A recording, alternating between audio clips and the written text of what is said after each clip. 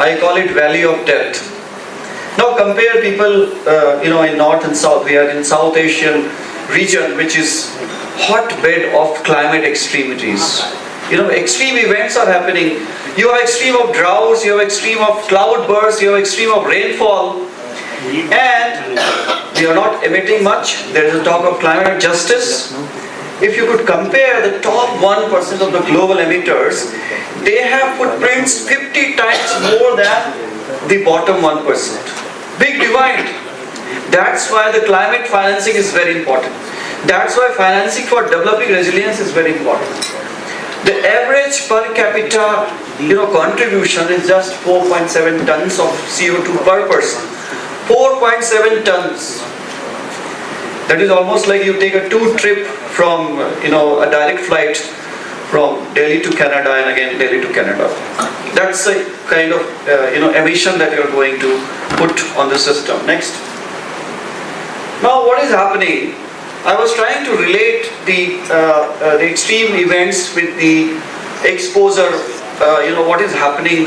How human population they are going to get affected. Sudden temperature increase and you have food poisoning in Australia. Salmonella outbreak. Sudden spell of rain, then there's a humidity, and then you have dengue and chikungunya and Japanese encephalitis. So even your extreme events are triggering the vector-borne disease. Strong correlation with extreme event and the vector-borne disease, especially in the UP, in Uttar Pradesh, malaria outbreak, cholera outbreak, then dengue outbreak. It's all related to climate, because the climate becomes so conducive to the growth of the larvae of the the Plasmodium, the mosquitoes. So there is a pattern with daily temperature, and on the top of it, air pollution is there.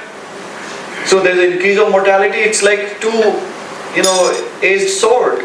You have the temperature and also the pollution, the anthropogenic pollution like nitrate and sulfur, SOx and NOx and carbon monoxide and CO2. So many pollutants are there.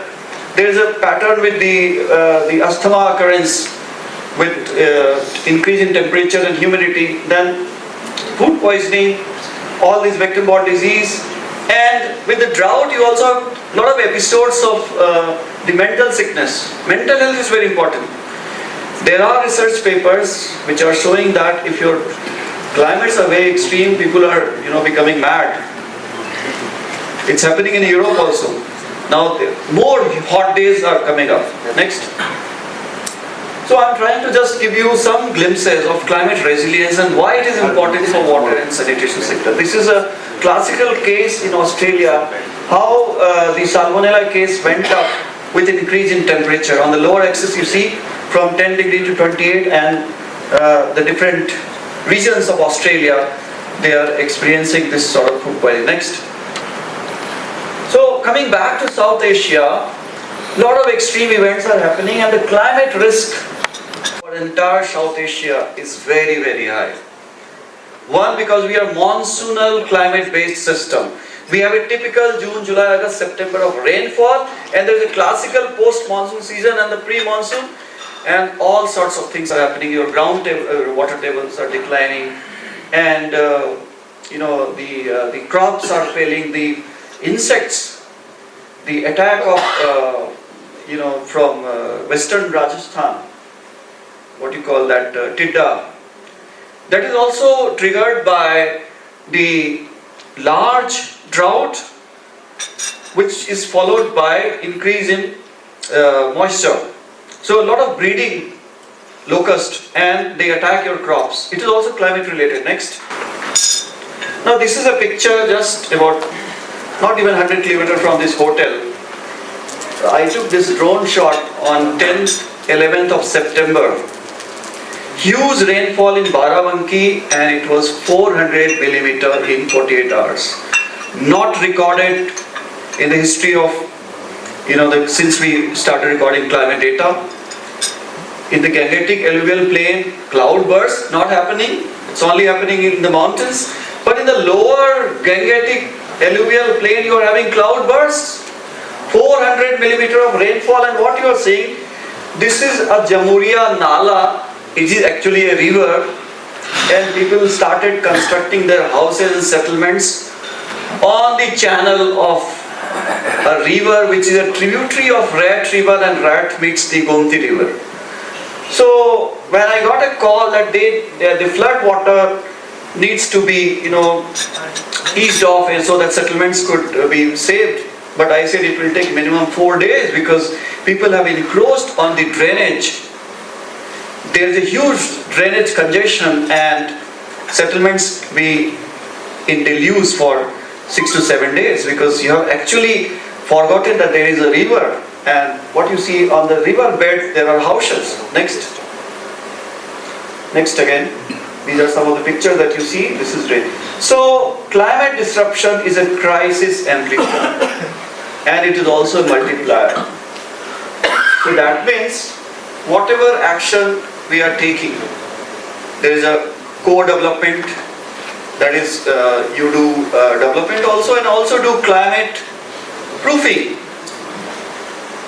Basically you are developing infrastructure, but developing in such a way that it is contributing to low carbon growth.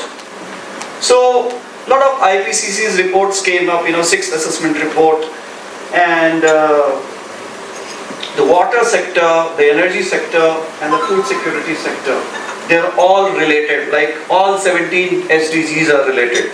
And goal 6 is affecting all. The clean water and sanitation, especially even your 15.3 circular economy.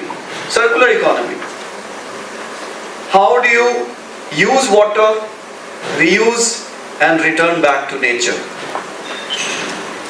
in a circular way that there is no negative impact on the ecosystem?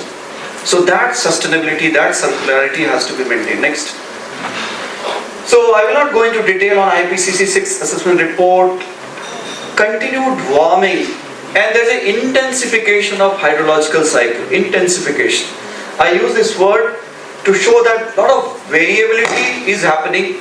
Variability, spatial variability, and also on the quantum of rainfall, precipitation, and severity of both dry events and the wet events. Now there is an extreme situation. You have huge rainfall and your wetlands are dry. So much 400 millimeters of rainfall happened in just 2 days, and your wetlands couldn't get enough water because there is no retention. So rain is happening, high intensity rainfall with shorter duration.